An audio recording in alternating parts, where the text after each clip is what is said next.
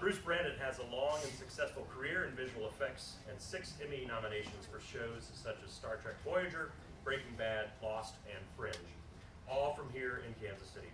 He has won regional awards and is currently pitching projects he has developed. Bruce Branit.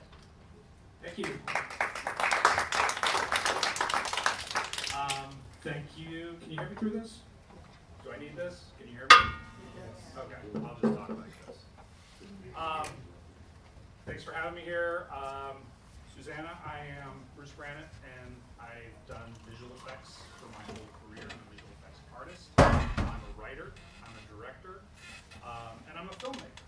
And in my career, visual effects is really just a component part of my larger filmmaking ambitions. So as we start, I'm going to show you, this is a quick 1-minute reel of visual effects work, all done right here in Kansas City, by the way.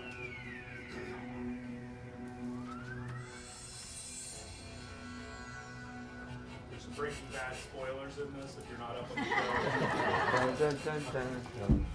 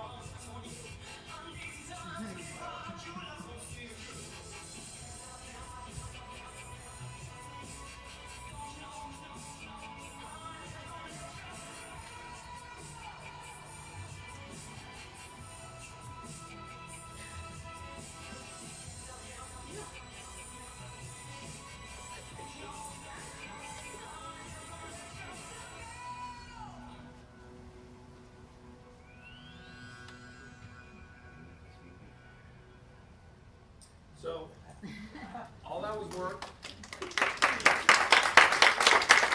done by myself and my company in about the last 8 or 9 years from here in Kansas City. There was Fringe, Lost. The last shot was from Breaking Bad, earned an Emmy nomination for Best Visual Effects in a television series. I've had 6 Emmy nominations for that, including one just this last year, and I've won none. You will. You will.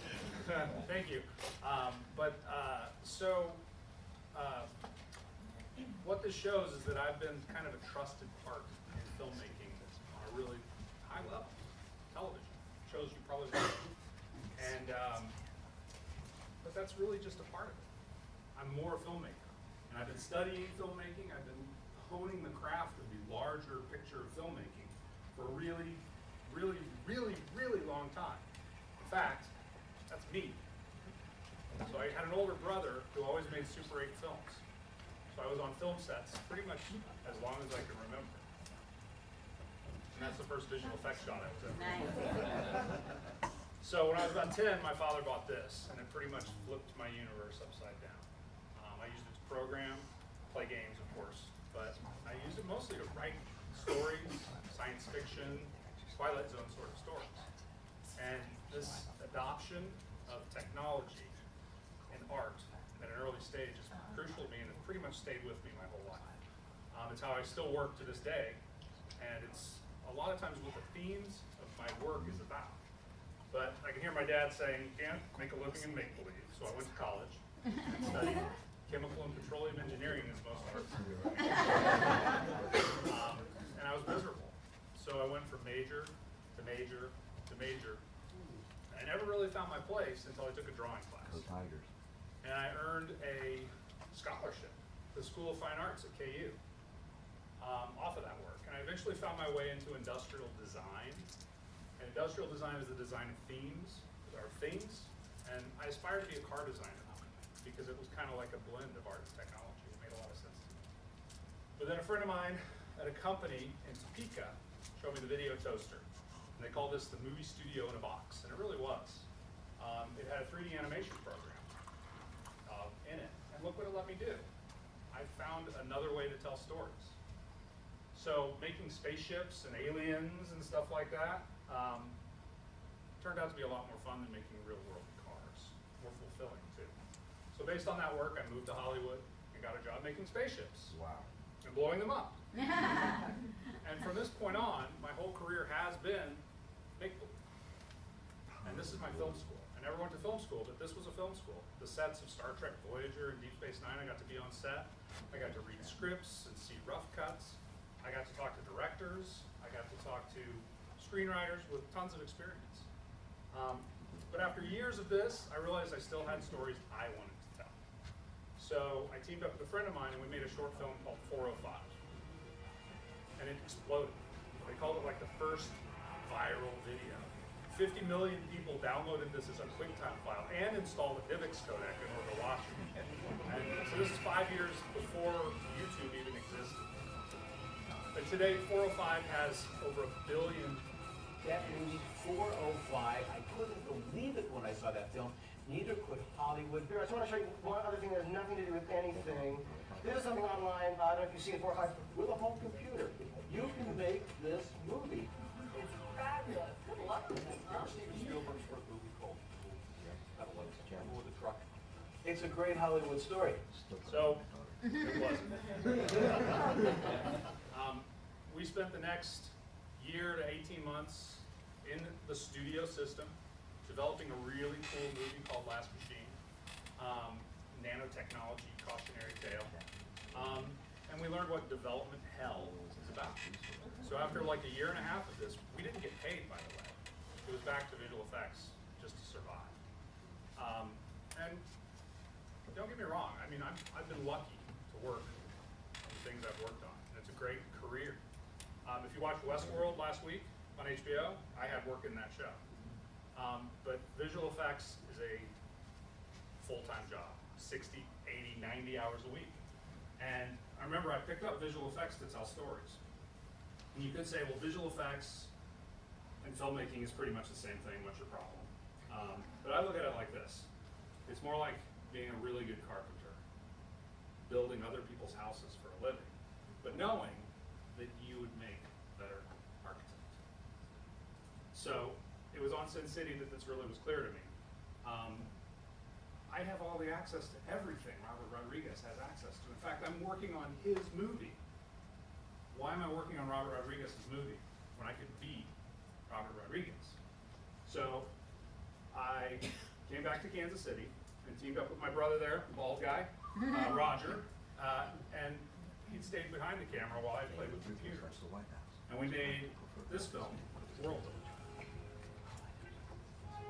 And World Builder also went pretty viral. 20 million people downloaded it in the first month. It was the biggest short film in China the year it was out. And in World Builder, there's the themes that you'll find that is in most of my work. And it goes back to that Apple II. It's a theme of technology that's meant to better our lives, but instead leaves people yearning for an authentic face-to-face connection. And I haven't stopped. I've been developing project after project, trying to get things launched. There's a few of them. Trebuchet. It's the story of the last man alive, hearing the radio voice of the last woman on Earth. Only he's not on Earth. And his social robotic companion here needs to keep him that way. And then there's the Lucid Engine. A man finds a machine inside his dreams that allows him to tap into the dreams of his daughter who suffers from night terrors. Only are these just nightmares, or it could be something more real? And there's State of the Union. The president gives a warning of an impending alien invasion. It's fake, you guys. It's like some Only our social media savvy heroes think it's just a viral video. And they could be more right than they know. There's Gotcha, a group of survivors, beats to plot revenge on someone who stole something from their childhood. Does anyone else have anything to share?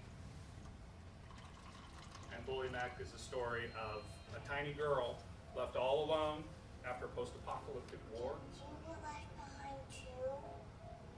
who befriends an enemy battle mech. And together these former enemies find hope and redemption. those are only some of the things I'm trying to tell, some of the movies I'm trying to make, some of the projects that I'm ready, willing, and able to create, given time and money. The problem is, going back to the carpenter and architect analogy, I'm not even a carpenter anymore. I was running a visual effects business.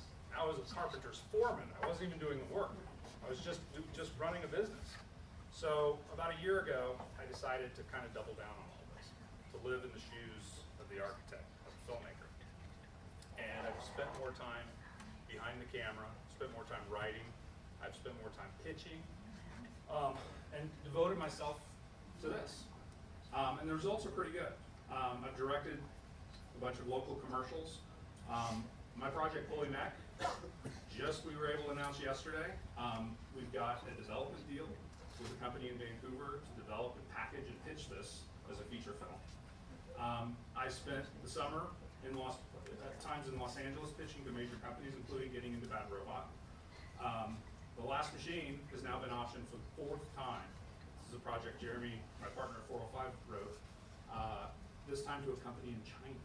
And in a similar vein, I've rewritten Trebuchet with a China-centric plot to pitch to another company there. And I'm also in talks with Blackmagic to develop a series of short films that would showcase their software and hardware production pipelines. My 405 partner Jeremy and I are developing an anthology series called Strange It that deals with some of the concepts that I've been talking here. The line is, the future's just around the corner, but you haven't read the licensing agreement. Very Black Mirror type stuff. And finally, I'm working with a group of kids to make the most badass, mother effing Cub Scout achievement badge for filmmaking in the history of the world.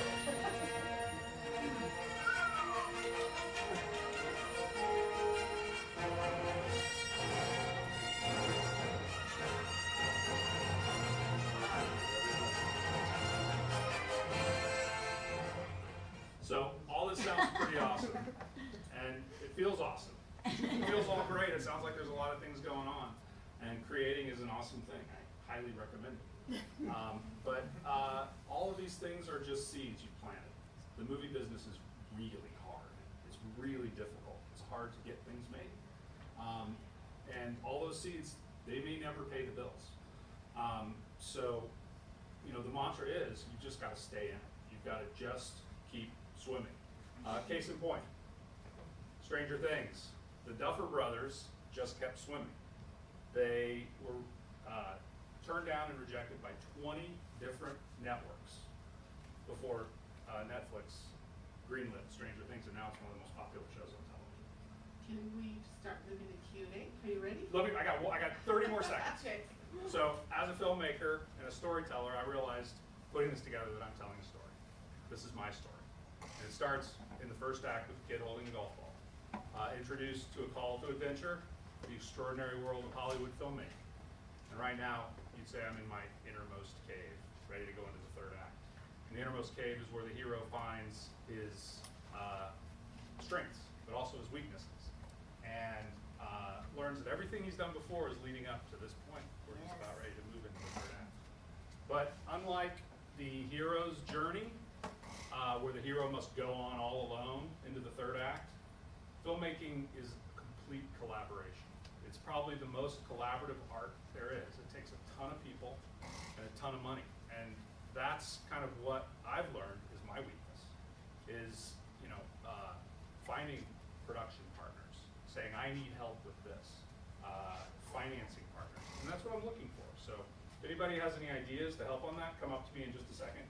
Lastly, I just want to wrap up in saying film is happening in Kansas City. There are movies being made here, and really good movies that some people in this room are a part of. And I think Kansas City can make movies that are classics. I think huge things can be made here. And if you don't know of any of those things on the bottom of these groups, there's a lot of things supporting filmmaking in Kansas City now. Go to one of their meetings, join up, help out. The production community here is as good as Los Angeles, Atlanta, the place they're making bigger movies. There's no reason we can't raise money and make great movies here with the talent that's already here. So, Thank you very much. Sorry for going so long. I would go ahead and jump into questions. Anyone? Back here.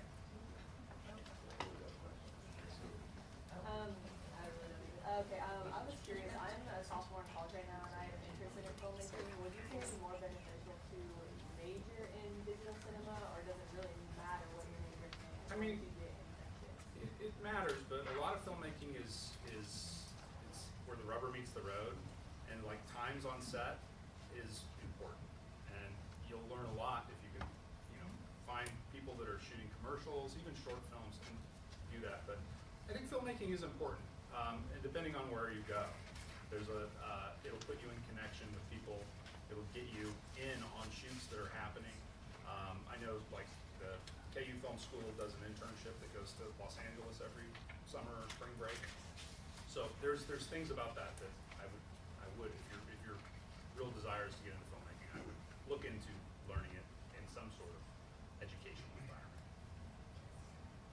Hi. Oh, Oh, I got the microphone. I'm in charge here. I'd love to help you. I can take care of the details on the funding, because we make films here in Kansas City, and we have for a long time. come on up. Everybody else can go. I got a movie with a script, and Heidi and Louise are gonna star in it, and Louise's son, and we need you to do what you're doing, and just focus on that. I'll get you all the money you need through a not-for-profit. Well, let's go At the have Greater Kansas City Community Foundation called At the Factory Loft. It's inspired by Warhol, because all of those not-for-profits that you're talking about will fund what you're doing if it's the right project. Great. Awesome.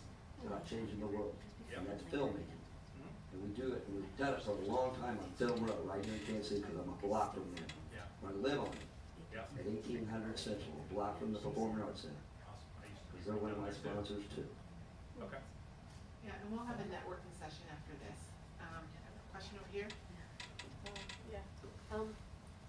How much does it cost to package and pitch a movie, and how much work goes into that, as far as how much filming do you already have done? A lot. I mean, what I've tried to do over the last, say, 4 years is to use the resources of my company to make like a short film every year that also stands as a proof of concept, for example. And that's a lot of what I was showing you. So the cost of it is kind of hard to figure because it's all just sweat. It's all throwing everything we've got into something while you're not making any money.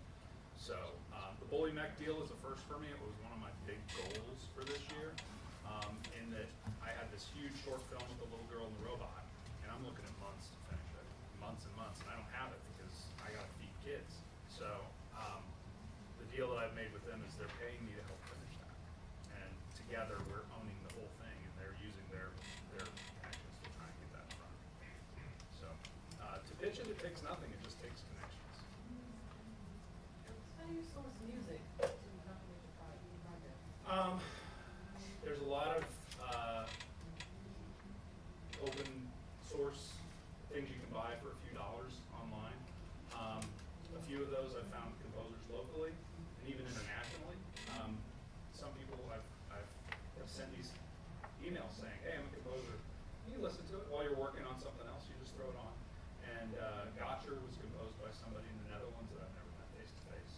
And he had some things on his reel that I thought were really good, and I said, would you like to work on this? So he worked on it, did a custom score for it. So There's the film office also, Kansas City Film Office also has a directory of resources for filmmakers, including composers, and costume designers, et cetera, so forth, and production yeah. people.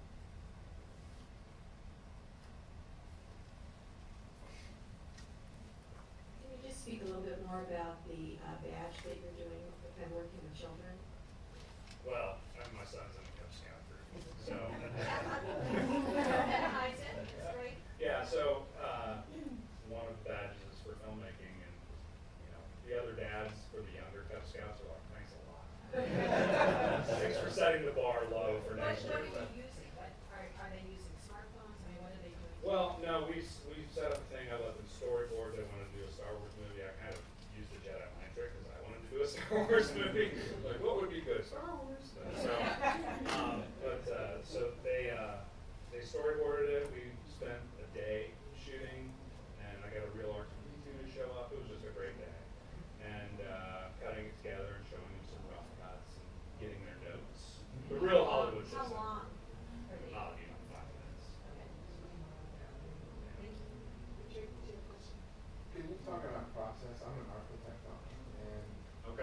city carpenter.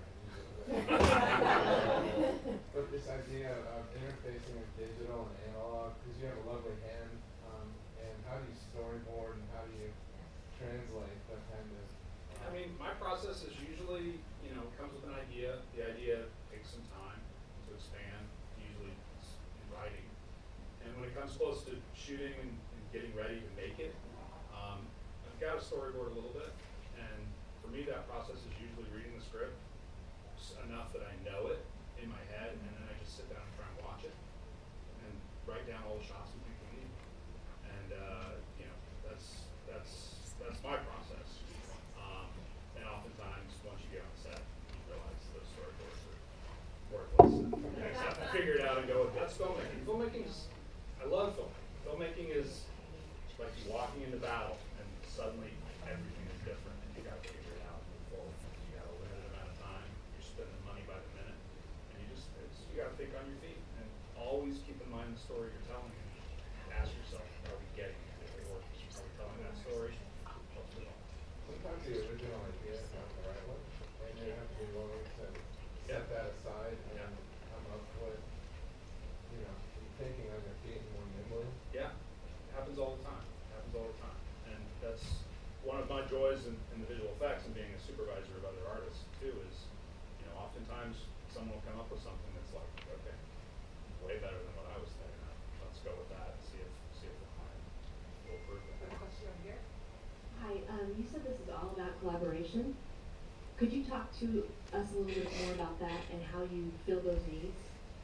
Well, a lot of what you've seen there, it's really hard for me to fill those needs because all of those pitches were zero budget things. Either that or it's coming out of my pocket. So, there's a difference between filling those needs saying, Nathan, can you come work for me, but I can't pay you? So it's about having connections in the industry that you can lean on a little bit. And hopefully the time will come when it's like, and we're gonna pay you for 5 months on this thing. So, I haven't a lot, it just kinda comes down to time. So other than those kinds of things.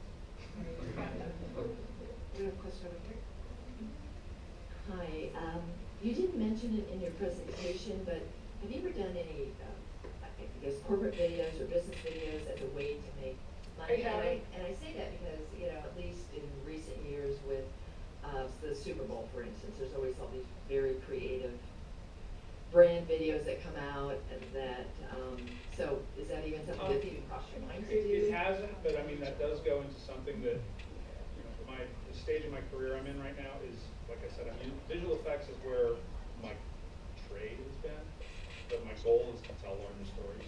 So something like a corporate video, if it moves me toward that, I'm completely open for that because to me, it's about, the creative part of it and telling the story. So definitely open. I mean, everything's a story. Every commercial is a short film.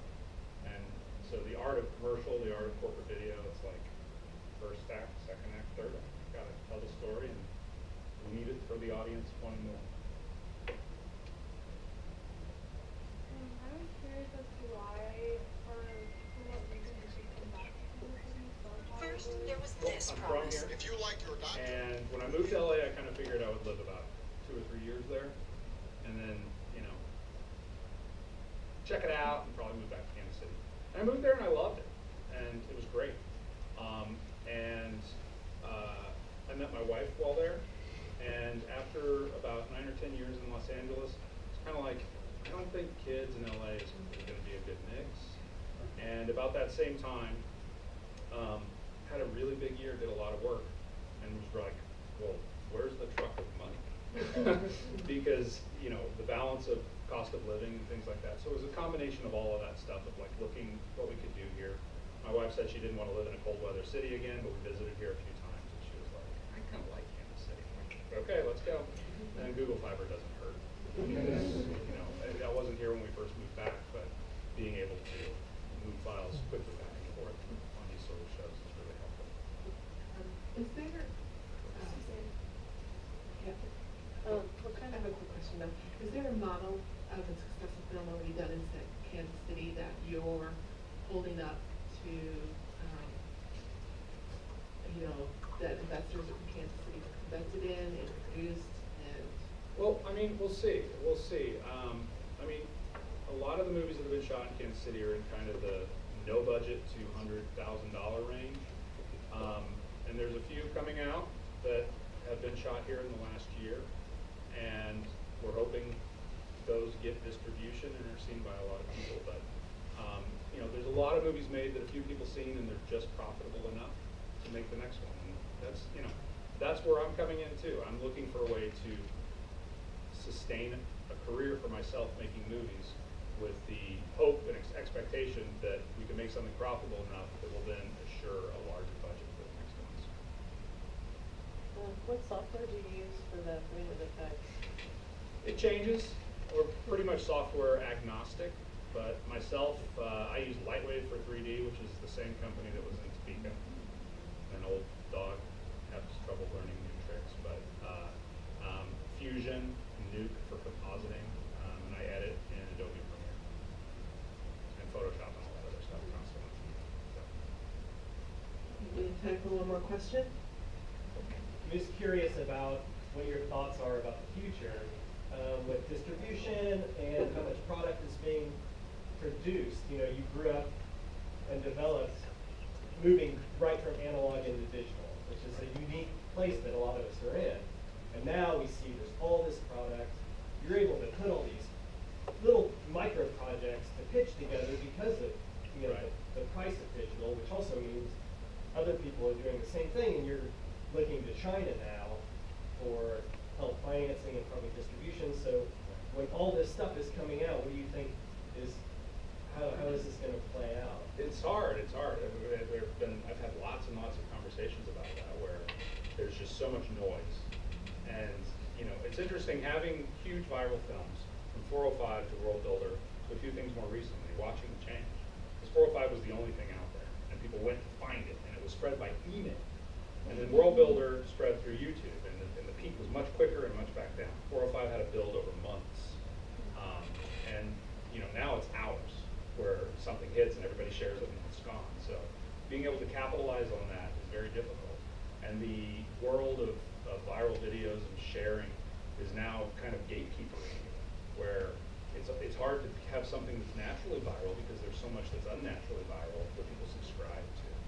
So, you know, understanding that system is tricky, and I'll admit I don't understand it completely, and I revert back to the innermost cave where it's like, I just want to make stuff.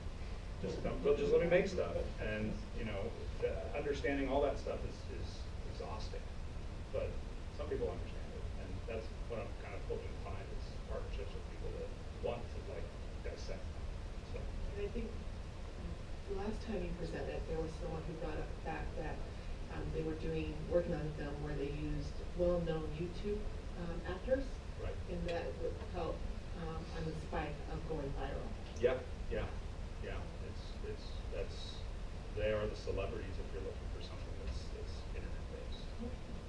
Well, again, you can see Bruce again at the library, and he had more here than we expected. He had changed up, and he'll probably change up again, and we'll be excited to hear about, you know, what's in the works, how the Canada deal is going through, and what's happening with that. So that's February 16th, and we'll also have comic writer Jason Aaron, comic book writer, I should say, Jason Aaron. And then our last question for Bruce is, what can we do to help you as a community? I don't know.